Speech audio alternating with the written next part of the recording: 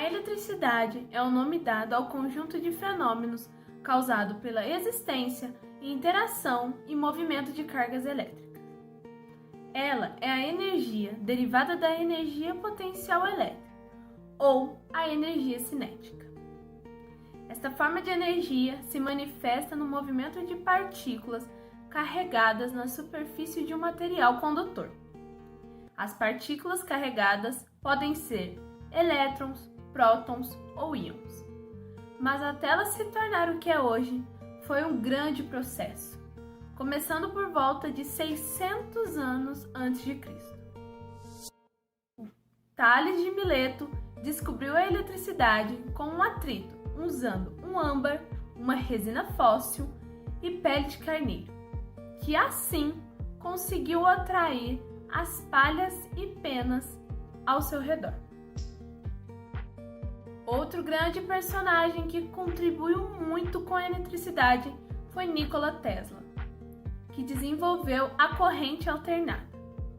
Ela é uma corrente elétrica que possui vários elétrons, que andam em várias direções constantemente. Ela é produzida pela oscilação do campo magnético próximo a uma bobina condutora. Assim, a rotação dessa bobina induz uma força eletromotriz e produz a corrente alternada, que pode ser encontrada muitas vezes na potência de 110 ou 220 volts. Para a eletricidade chegar até as nossas residências e indústrias, elas passam por um processo longo. Começa com uma tensão elétrica muito grande e até chegar ao consumidor final pede muito de sua tensão. Por isso, os fios elétricos da rua são de alta tensão e precisam dos transformadores para baixar essa tensão. Por isso, é necessário tomarmos muito cuidado com esses fios, porque a energia contida neles pode chegar a ser fatal. Por esse motivo, temos as recomendações de não soltar pipa perto de postes de alta tensão. Thomas Edison desenvolveu a corrente contínua, que são os elétrons que andam na mesma direção e podem ser caracterizados como fluxo ordenado de elétrons no único sentido em condutores elétricos. E para a produção desse tipo de corrente elétrica, normalmente são necessários materiais como fontes solares, baterias e termopares. Elas podem ser encontradas em pilhas e também nos carregadores de celulares, onde a energia é mais baixa, para não corrermos perigo. Se a corrente contínua fosse utilizada no nosso dia a dia como fonte principal de energia, teríamos que ter uma usina em cada bairro, por conta de sua falta de força. Durante a segunda metade do século XIX, aconteceu a Batalha das Correntes, entre Thomas Edison e Nikola Tesla, onde a disputa era sobre como deveriam ser feitas a utilização da eletricidade. Edison fazia a campanha pela corrente contínua, já Tesla defendia a corrente alternada. E quem acabou ganhando essa competição foi a corrente alternada, por ser mais segura, e nós utilizamos ela até os dias de hoje. Durante esse período de descoberta da eletricidade, teve também George Westinghouse Jr., que entre muitas outras invenções, criou o freio a ar comprimido para as locomotivas e foi um dos grandes pioneiros da indústria da eletricidade.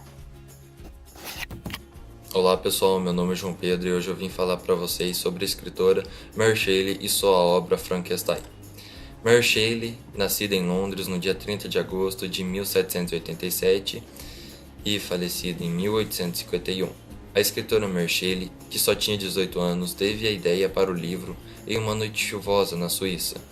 Ela estava de férias no campo com vários de seus amigos, inclusive aquele que viria a ser o seu futuro marido, Percy Bysshe Shelley. Estavam hospedados na casa do famoso poeta, o Lord Byron. Como estavam presos na casa por causa da chuva, o Lord Byron desafiou cada um a escrever uma história de fantasmas. Durante uma madrugada das suas férias, a escritora teve uma visão de um jovem reanimado e ossos de uma sepultura. E como a Mary Shelley era fascinada por experimentos científicos que na época eram realizados em frente ao público, ela assistiu vários dos experimentos e se inspirou em um para criar a sua obra. Esse experimento aconteceu em 1803, quando George Foster foi enforcado em Londres. O corpo de George foi usado para experiências envolvendo eletricidade pelo filósofo Giovanni Aldini, que tinha como intuito descobrir se havia relação entre a eletricidade e os processos vitais.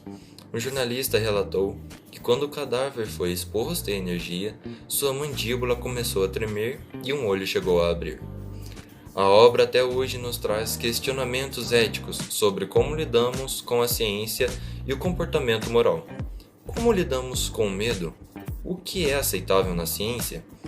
Questões sobre manipulação genética e seus reais benefícios para a humanidade, dentre muitos outros questionamentos, podem ser retirados do livro. Vocês já repararam que vários personagens possuem habilidades elétricas? A eletrocinese é o nome dado à capacidade de controlar, gerar ou absorver a energia elétrica, sendo um dos poderes mais explorados nos quadrinhos. Então, separamos uma lista de 3 personagens incríveis com poderes elétricos. Nossa lista começa com uma personagem feminina do universo Marvel, sendo totalmente poderosa. Ororo Munroe, conhecida como Tempestade, é uma mutante deusa do clima. Possui vários poderes que envolvem manipulação ou controle do clima, conseguindo então invocar relâmpagos dos céus e lançar grandes quantidades de raios pelas mãos.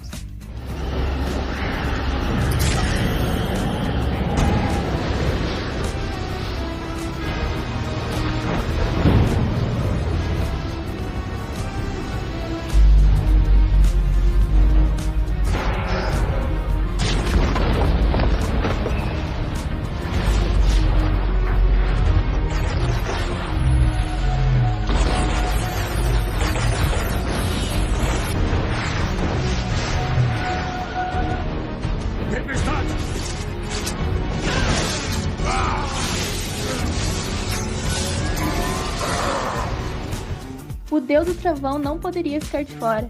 Thor é digno bastante para segurar o poderoso Mjolnir. O martelo criado pelo deus Odin consegue receber uma boa dose de poder e adquirir habilidades especiais. Com os poderes do Mjolnir, o Vingador é capaz de conjurar poderosas rajadas elétricas ou relâmpagos para atacar seus inimigos. O que ele está fazendo? Absolutamente nada. Onde estão as joias? Debaixo de tudo isso. Só sei que ele não tá com elas. É melhor que fique assim. Isso aí é uma armadilha. É. Só que eu não me importo. Ok. Era só pra deixar isso bem explicado.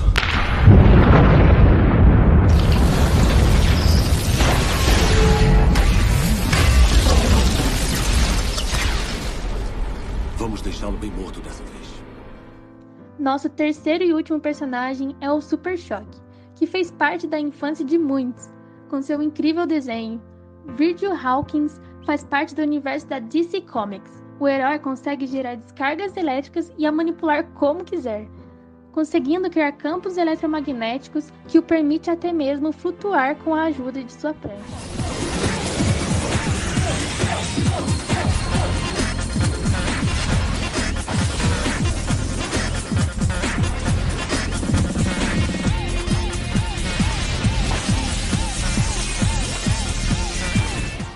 Mas a eletricidade não está presente somente nos poderes dos heróis.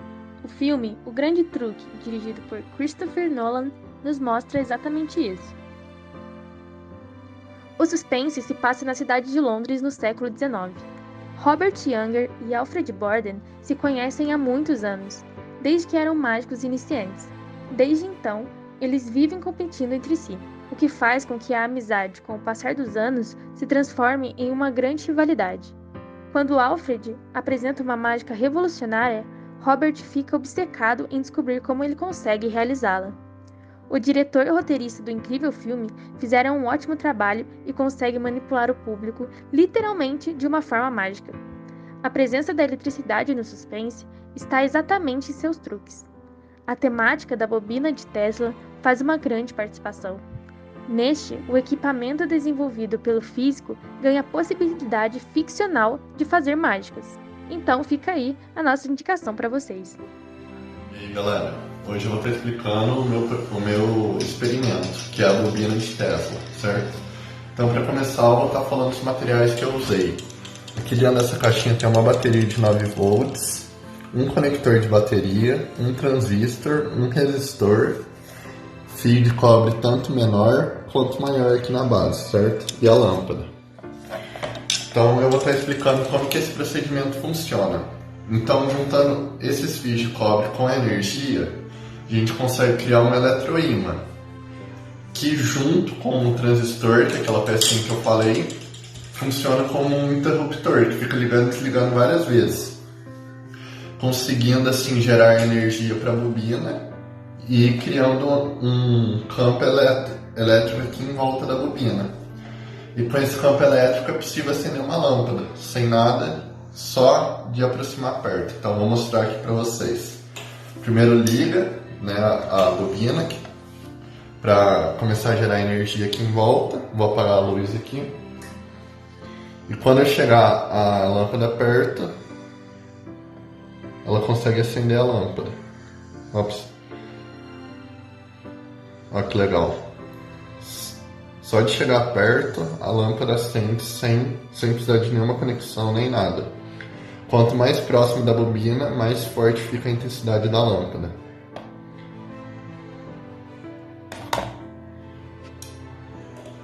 E é isso. Oi, tudo bom? Para esse experimento nós vamos precisar de um balão.